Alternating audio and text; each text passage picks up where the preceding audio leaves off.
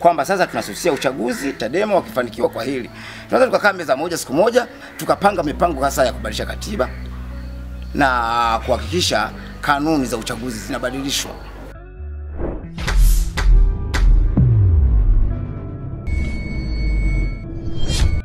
Mimi kwa jina naitwa Yahya Amri Ibrahim Kakozi almaarufu Hashim Rungwe, ni mwenyekiti wa NCCR Mageuzi jimbo la Babati mjini.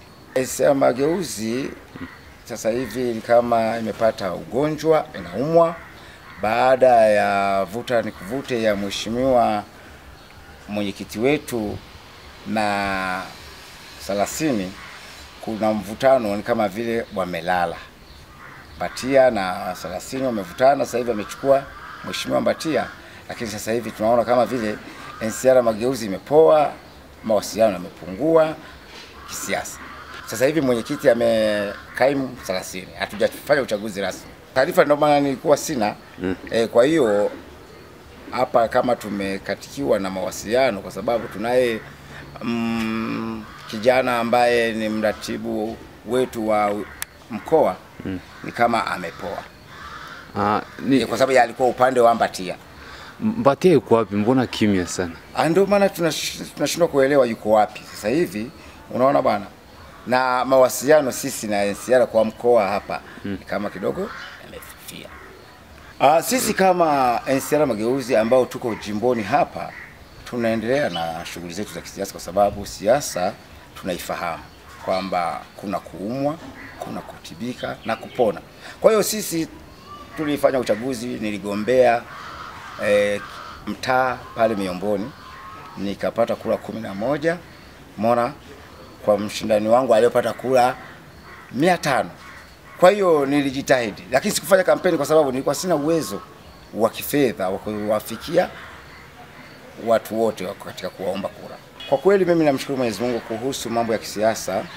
Nimeanza kuhudumu na siasa ya upande wa vyama vingi toka 92. Nashukuru kwa mapito niliyopita, kwa sababu nilianza katika Tanzania, nadhani mimi ndio mtu wa kwanza kwenda kwenye vyama vingi. Nilianza na UMD, nikaenda NCCR, nikaenda Chadema. Kwa hiyo mimi nilipita vyama vingi, ACT Wazalendo, nimerudi tena NCCR. Umeona? Na safari yangu haijaisha, kwa sababu siamini kama kuna mtu ndani ya Tanzania hii ameshaingia katika vyama vingi kuliko mimi. Kwa hiyo mimi nina jambo la kujivunia kwamba kuna kitu nilikuwa napata kila ninapokwenda kwenye chama. Najua kuna nini kinachoendelea na siasa za Tanzania. Kwa kweli siamini kama kuna mtu anaweza kaja kanidanganya tena kwenye siasa. Hapo umeenda kwenye vyama vingi, watu wanalalamika, wanasema mzee Rungwe wa Babati yeye ni mwenyekiti wa vyama vitatu. Kuna ukweli kuhusiana na hilo? Huo ni uono. Wanapokusikia unapohama chama, bimaana kile umekiacha. Unapohamia kingine, na hata sasa hivi na mpango wa kuhama NCCR, kwa sababu mimi ninachotafuta ni jinsi gani tuhakikishe CCM inatoka madarakani. Kwa hiyo mimi nikiona chama chochote ambacho kina mwelekeo wa kuiondoa CCM madarakani, na kwenda sichagui fimbo ya kumuia nyoka. Mimi fimbo yoyote itakayoweza kumuua nyoka na kuchukua hiyo. Sio na mahaba na mapenzi sijui na chama fulani, hapana. Kwa hiyo kila mtu atakuwa na mtazamo wake. Ndio maana mimi nasema mimi namshukuru Mungu kwamba kwenda kwenye vyama vingi nimejifunza mambo mengi kuliko na watu wote. Wengine wakitoka chama hiki akaenda maisha yanarudi CCM, lakini mimi sijawahi kurudi CCM. Na si nitakaa nirudi CCM. Ulishakuwa CCM? Sijawahi. Toka nimezaliwa nikingali mdogo.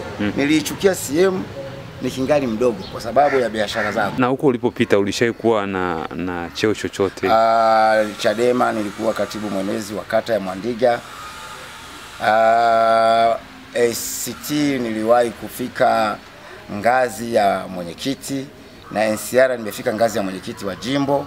Kwa hiyo vyeo ninawapataga na ni mwanachama mwaminifu kwa kila chama ninapokwenda. Siasa za Tanzania ni kweli zimefumiwa katika mfumo ambao upende usipende utaelekezwa wanavyotaka wao. Kuanzia unapoona wale wanaunga juhudi ni kwamba wameshagundua kitu, kwamba wanachotafuta wao ni maisha. Maisha yapo kwa njia zote. sio mpaka kwenye siasa. Maisha hata ukifuga, ukilima utapata. Lakini sasa watu wameamua kugeuza maisha kupitia siasa, hapo ndo wanapokosea. Ndio maana unaona akipewa cheo anahama.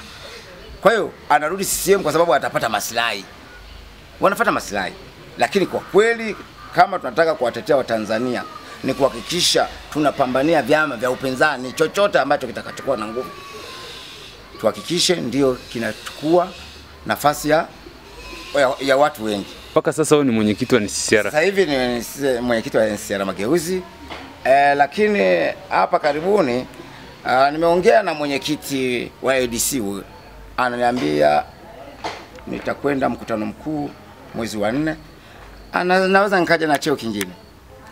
Yani ADC naweza nikawa mratibu wa mkoa. Kupitia chama cha ADC Wazalendo. Kwa na NCCR? NCCR naona imelegalega kama vile sasa wamelala. Na mimi mtu akilala namwacha alale, mimi naenda na wanao tembea.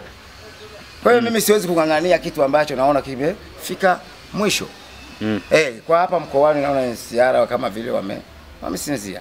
Kwa hiyo ninapanga chukue ADC, nije niratibu shughuli zangu za kichama kwa uwezo wangu na ufahamu wangu, najua nitakiinua kama tutashirikiana na mwenyekiti taifa. Kwa sababu namba tuliongea juzi akaniambia usina wasiwasi, mwezi wa 4 tutakuwa na mkutano mkuu wa kumpitisha mwenyekiti na mgombea wa chama chetu hicho cha ADC. Kwa hiyo na mpango huu kwamba sasa hivi naweza nikawa ADC.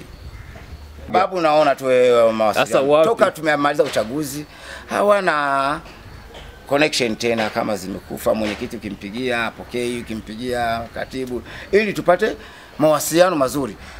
Mratibu wetu wa taifa anatembea tu, ukimuuliza anakuambia bado kesi zinaendelea. Sasa kesi na siasa wapi na wapi? Kama niwaambie tu viongozi wote wa Tanzania kuhusiana na vyama vyetu hivi. Vyama vilisajiliwa katika mpangilio wa kuwa wadogo, sio wa kukua. Vyama hivi vimesajiliwa kwa kanuni ambazo zinatukaba sisi. Hii kanuni ya kuchukua kwamba lazima ukubali masharti ya Zanzibari, ukubali na bara ndio chama chako kisajiliwe, tayari pale ni goli umeshakubali wewe mwenyewe. Kwa hivi vyama vyetu ukiviangalia havina ile nguvu. Kwa hiyo lazima tupewe support na hiyo CCM. Kwa hiyo kuitoa inakuwa ngumu sana. Ndio maana unaona watu wanahangaika, wakina Lissu, wakina Mboyo, wakina Zitto Kabwe wanahangaika. Ni kwa sababu mfumo ulioandaliwa na siasa za nchi hii si rafiki wa kuhakikisha kwamba eti tunaitoa CCM. Na siasa sio mpaka kuitoa CCM. Hata kama tunakuwa tunawakosoa, wale wangekuwa wastaarabu, yale makosa wanayarekebisha, tungeenda nao vizuri. Mbatia ni kiongozi mzuri, alikuwa anahudumu vizuri, lakini sasa na yeye mapungufu ya kibinadamu hawezi kukosa. Mwanadamu yote ana mapungufu. Kwa hiyo mapungufu yake tukamwambia sasa na yeye apumzike, miaka ni mingi. Ndio wakaingia kina 30 na Anthony Com, wamefanya walivyofanya mpaka akajikuta amekaa pembeni. Kwa sababu unapokuwa kwenye cheo kama huna busara au hekima, unaweza ukajikuta unaharibu zaidi.